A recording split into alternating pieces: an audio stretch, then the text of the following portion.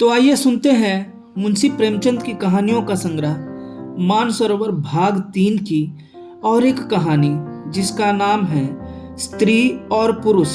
विपिन बाबू के लिए स्त्री ही संसार की सुंदर वस्तु थी।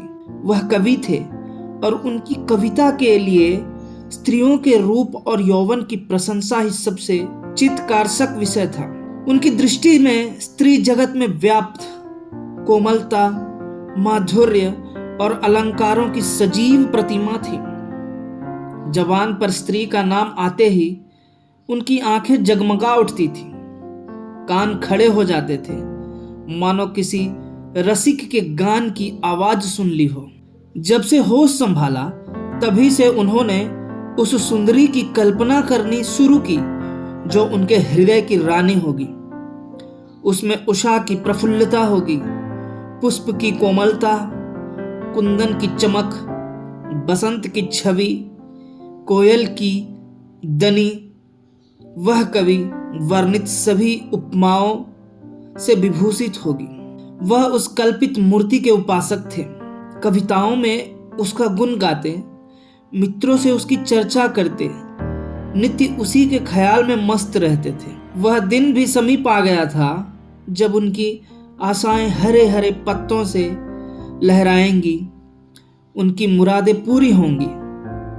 कॉलेज की अंतिम परीक्षा समाप्त हो गई थी और विवाह के संदेश आने लगे थे। विवाह तय हो गया।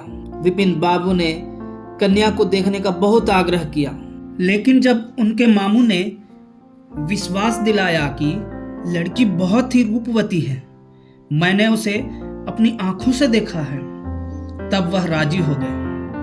धूमधाम से बारात निकली और विवाह का मुहूर्त आया। वधू आभूषणों से सजी हुई मंडप में आई तो विपिन को उसके हाथ पांव नजर आए।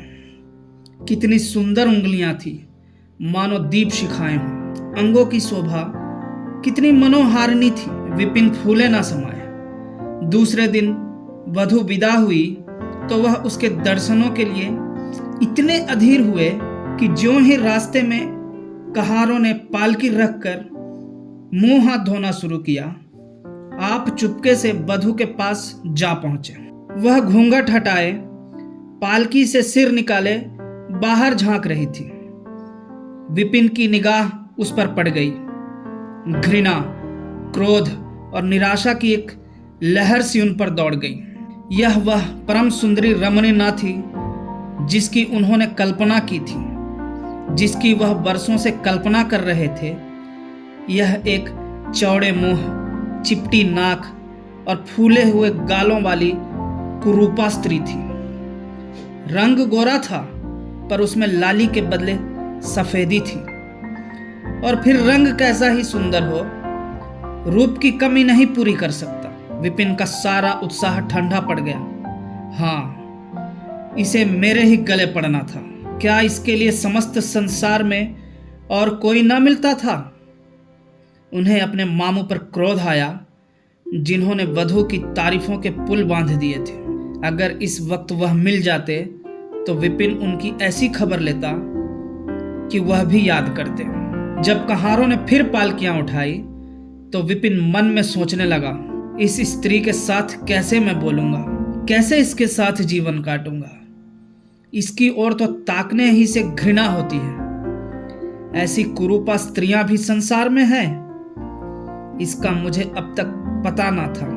क्या मुंह ईश्वर ने बनाया है, क्या आंखें हैं। मैं सारे ऐबों की ओर से आंखें बंद कर लेता, लेकिन वह चौड़ा सा मुंह। भगवान, क्या तुम्हें मुझी पर यह वज्रपात करना था? विपिन को अपना जीवन नरक सा जान पड़ता था। वह अपने मामू से लड़ा, ससुर को लंबा खर्रा लिखकर फटकारा, माँ बाप से हुज्जत की, और जब इससे शांति न हुई तो वह कहीं भाग जाने की बात सोचने लगा। आशा पर उसे दया अवश्य आती थी। वह अपने को समझाता कि इसमें उस बेचारी का क्या दोष है। उसने जबरदस्ती तो मुझसे विवाह किया नहीं, लेकिन यह दया और यह विचार उस घृणा को न जीत सकता था जो आशा को देखते ही उसके रोम रोम में व्याप्त हो जाती थी। आशा अपने अच्छे से अच्छे कपड़े पहनती, तरह तरह से बाल संवारती, घंटों आईनों के सामने खड़ी होकर अपना श्रृंगार करती। लेकिन विपिन को यह शुतुरगमजा से मालूम होते। वह दिल से चाहती थी कि उन्हें प्रसन्न करूं, उनकी सेवा के लिए अवसर खोजा करती थी, लेकिन विपिन उससे भागा भागा फिरता था। अगर कभी भेंट हो भी जाती तो कुछ ऐसी जली कटी बातें करने लगता कि आशा रोती हुई वहां से चली जाती। सबसे बुरी बात यह थी कि उसका चरित्र भ्रष्ट होने लगा। वह यह भूल जाने की चेष्टा करने लगा कि मेरा विवाह हो गया है। कई कई दिनों तक आशा को उसके दर्शन भी न होते। वह उसके कह कह की आवाजें बाहर से आती हुई सुनती, झरोके से देखती कि वह दोस्तों के गले में हाथ डाले सैर करने जा रहे हैं और तड़प कर रह जाती। एक दिन खाना खाते समय उसने कहा, अब तो आपके दर्शन ही नहीं होते, क्या मेरे कारण घर छोड़ दीजिएगा क्या? विपिन ने मुंह फेर कर कहा, घर ही पर तो रहता हूं, आजकल जरा नौकरी की तलाश है, इसलिए दौड़ धूप ज्यादा करनी पड़ती है। आशा, किसी डॉक्टर से मेरी सूरत क्यों नहीं बनवा देते? सुनती हूं आजकल सूरत बनाने वाले डॉक्टर पैदा हुए हैं। विपिन, क्यों नाहक चिढ़ाती हो? यहां तुम्हें किसने बुलाया था? आशा, आखिर इस मर्ज की दवा कौन करेगा? विपिन, इस मर्ज की दवा नहीं है। जो काम ईश्वर से ना करते बना, उसे आदमी क्या बना सकता है? आशा, यह तो तुम ही सोचो कि ईश्वर की भूल के लिए मुझे दंड दे रहे हो। संसार में कौन ऐसा आदमी है जिसे अच्छी सूरत बुरी लगती हो? लेकिन तुमने किसी मर्द को केवल रूपहीन होने के कारण कुंवारा रहते देखा है? रूपहीन लड़कियां भी माँ बाप के घर नहीं बैठी रहती, किसी न किसी तरह उनका निर्वाह हो ही जाता है। उसका पति उन पर प्राण न देता हो, लेकिन दूध की मक्खी नहीं समझता। विपिन ने झुंझला कर कहा, क्यों नाहक सिर खाती हो? मैं तुमसे बहस तो नहीं कर रहा हूं। दिल पर जब्र नहीं किया जा सकता और न दलीलों का उस पर कोई असर पड़ सकता है। मैं तुम्हें कुछ कहता तो नहीं हूं, फिर तुम क्यों मुझसे हुज्जत करती हो? आशा यह झिड़की सुनकर चली गई। उसे मालूम हो गया कि इन्होंने मेरी ओर से सदा के लिए हृदय कठोर कर लिया है। विपिन तो रोज सैर सपाटे करते, कभी कभी रात गायब रहते। इधर आशा चिंता और नैराश्य से घुलते घुलते बीमार पड़ गई। लेकिन विपिन भूल कर भी उसे देखने न आता। सेवा करना तो दूर रहा, इतना ही नहीं, वह दिल में मानता था कि वह मर जाती तो गला छूटता। अब की खूब देखभाल कर अपनी पसंद का विवाह करता। अब वह और भी खुल खेला। पहले आशा से कुछ दबता था, कम से कम उसे यह धड़का लगा रहता था कि कोई मेरी चाल ढाल पर निगाह रखने वाला भी है। अब वह धड़का छूट गया। कुवासनाओं में ऐसा लिप्त हो गया कि मर्दाने कमरे में ही जमघट होने लगे। लेकिन विषय भोग में धन ही का सर्वनाश नहीं होता, इससे कहीं अधिक बुद्धि और बल का सर्वनाश होता है। विपिन का चेहरा पीला पड़ने लगा, देह भी छिन्न होने लगी, पसलियों की हड्डियां निकल आई, आंखों के इर्द गिर्द गड्ढे पड़ गए। अब वह पहले से कहीं ज्यादा शौक करता, नित्य तेल लगाता, बाल बनवाता, कपड़े बदलता, किंतु मुख पर कांति न थी। रंग रोगन से क्या हो सकता। एक दिन आशा बरामदे में चारपाई पर लेटी हुई थी। इधर हफ्तों से उसने विपिन को न देखा था। उन्हें देखने की इच्छा हुई। उसे भय था कि वह न आएंगे, फिर भी वह मन को न रोक सकी। विपिन को बुला भेजा। विपिन को भी उस पर कुछ दया आ गई। आकर सामने खड़े हो गए। आशा ने उनके मुंह की ओर देखा तो चौंक पड़ी। वह इतने दुर्बल हो गए थे कि पहचानना मुश्किल था। बोली, क्या तुम भी बीमार हो क्या? तुम तो मुझसे भी ज्यादा घुल गए हो। विपिन, ओह, जिंदगी में रखा ही क्या है जिसके लिए जीने की फिक्र करूं? आशा, जीने की फिक्र न करने से कोई इतना दुबला नहीं हो जाता।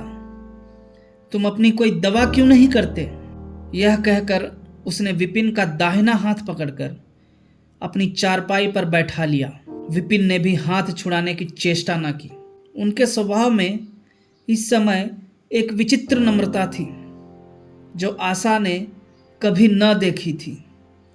बातों से भी निराशा टपकती थी, अक्खड़पन था, क्रोध की गंध भी न थी। आशा को ऐसा मालूम हुआ कि उनकी आंखों में आंसू भरे हुए हैं। विपिन चारपाई पर बैठे हुए बोले, मेरी दवा अब मौत करेगी। मैं तुम्हें जलाने के लिए नहीं कहता। ईश्वर जानता है मैं तुम्हें चोट नहीं पहुंचाना चाहता। अब मैं ज्यादा दिनों तक न जीऊंगा। मुझे किसी भयंकर रोग के लक्षण दिखाई दे रहे हैं। डॉक्टरों ने भी यही कहा है। मुझे इसका खेद है कि मेरे हाथों तुम्हें कष्ट पहुंचा, पर क्षमा करना। कभी कभी बैठे बैठे मेरा दिल डूब जाता है, मूर्छा सी आ जाती है। यह कहते कहते एकाएक वह कांप उठे। सारी देह में सनसनी सी दौड़ गई। मूर्छित होकर चारपाई पर गिर पड़े और हाथ पैर पटकने लगे। मुंह से फिचकुर निकलने लगा। सारी देह पसीने से तर हो गई। आशा का सारा रोग हवा हो गया। वह महीनों से बिस्तर न छोड़ सकी थी, पर इस समय उसके शिथिल अंगों में विचित्र स्फूर्ति दौड़ गई। उसने तेजी से उठकर विपिन को अच्छी तरह लेटा दिया और उनके मुख पर पानी के छींटे देने लगी। महरी भी दौड़ी आई और पंखा झलने लगी। बाहर खबर हुई। मित्रों ने दौड़कर डॉक्टर को बुलाया। बहुत यत्न करने पर भी विपिन ने आंखें ना खोली। संध्या होते होते उनका मुंह टेढ़ा हो गया और बायां अंग शून्य पड़ गया। हिलना तो दूर रहा, मुंह से बात निकालना भी मुश्किल हो गया। यह मूर्छा न थी, फालिज था। फालिज के भयंकर रोग में रोगी की सेवा करना आसान काम नहीं। उस पर आशा महीनों से बीमार थी, लेकिन इस रोग के सामने वह अपना रोग भूल गई। 15 दिनों तक विपिन की हालत बहुत नाजुक रही। आशा दिन के दिन और रात की रात उनके पास बैठी रहती। उनके लिए पथ्य बनाना, उन्हें गोद में संभाल कर दवा पिलाना, उनके जरा जरा से इशारे को समझना उसी जैसी धैर्यशीला स्त्री का काम था। अपना सिर दर्द से फटा करता, ज्वर से देह तपा करती, पर इसकी उसे जरा भी परवाह न थी। 15 दिनों के बाद विपिन की हालत कुछ संभली। उनका दाहिना पैर तो लूंज पड़ गया था, पर तोतली भाषा में कुछ बोलने लगे थे। सबसे बुरी गत उनके सुंदर मुख की हुई थी। वह इतना टेढ़ा हो गया था कि जैसे कोई रबर के खिलौनों को खींच कर बढ़ा दे। बैटरी की मदद से जरा देर के लिए बैठ या खड़े तो हो जाते थे, लेकिन चलने फिरने की ताकत न थी। एक दिन लेटे लेटे उन्हें क्या जाने क्या ख्याल आया। आईना उठाकर अपना मुंह देखने लगे। ऐसा कुरूप आदमी उन्होंने कभी न देखा था। आहिस्ता से बोले, आशा, ईश्वर ने मुझे गुरूर की सजा दे दी। वास्तव में यह उसी बुराई का बदला है जो मैंने तुम्हारे साथ की। अब तुम अगर मेरा मुंह देखकर घृणा से मुंह फेर लो तो मुझे तुमसे जरा भी शिकायत ना होगी। मैं चाहता हूं कि तुम मुझसे उस दुर्व्यवहारों का बदला लो जो मैंने तुम्हारे साथ किए हैं। आशा ने पति की ओर कोमल भाव से देखकर कहा, मैं तो आपको अब भी उसी निगाह से देखती हूँ। मुझे तो आप में कोई अंतर नहीं दिखाई देता। विपिन, वाह, बंदर का सा मुंह हो गया है। तुम कहती हो कोई अंतर ही नहीं। मैं तो अब कहीं बाहर ना निकलूंगा। ईश्वर ने मुझे सचमुच दंड दिया। बहुत यत्न किए गए, पर विपिन का मुंह न सीधा हुआ। मुख का बायां भाग इतना टेढ़ा हो गया था कि चेहरा देखकर डर मालूम होता था। हाँ, पैरों में इतनी शक्ति आ गई कि अब वह चलने फिरने लगे। आशा ने पति की बीमारी में देवी की मनौती की थी। आज उसी पूजा का उत्सव था। मोहल्ले की स्त्रियां बनाव श्रृंगार किए जमा थी। गाना बजाना हो रहा था। एक सहेली ने पूछा, क्यों आशा, अब तो तुम्हें उनका मुंह जरा भी अच्छा ना लगता होगा? आशा ने गंभीर होकर कहा, मुझे तो पहले से कहीं अच्छा मालूम होता है। चलो बातें बनाती हो। नहीं बहन, सच कहती हूँ, रूप के बदले मुझे उनकी आत्मा मिल गई जो रूप से कहीं बढ़कर है। विपिन कमरे में बैठे हुए थे। कई मित्र जमा थे। ताश हो रहा था। कमरे में एक खिड़की थी जो आंगन में खुलती थी। इस वक्त वह बंद थी। एक मित्र ने चुपके से उसे खोल दिया और शीशे से झांक कर विपिन से कहा, आज तो तुम्हारे यहाँ परियों का अच्छा जमघट है। विपिन, बंद कर दो। अजी जरा देखो तो कैसी कैसी सूरतें हैं। तुम्हें इन सबों में कौन सबसे अच्छी मालूम होती है? विपिन ने उड़ती हुई नजरों से देख कहा, मुझे तो वही सबसे अच्छी मालूम होती है जो थाल में फूल रख रही है। वाह रे आपकी निगाह, क्या सूरत के साथ तुम्हारी निगाह भी बिगड़ गई? मुझे तो वह सबसे बदसूरत मालूम होती है, इसलिए कि तुम उसकी सूरत देखते हो और मैं उसकी आत्मा देखता हूँ। अच्छा, यही मिसेज विपिन है? जी हाँ, यह वही देवी है। धन्यवाद।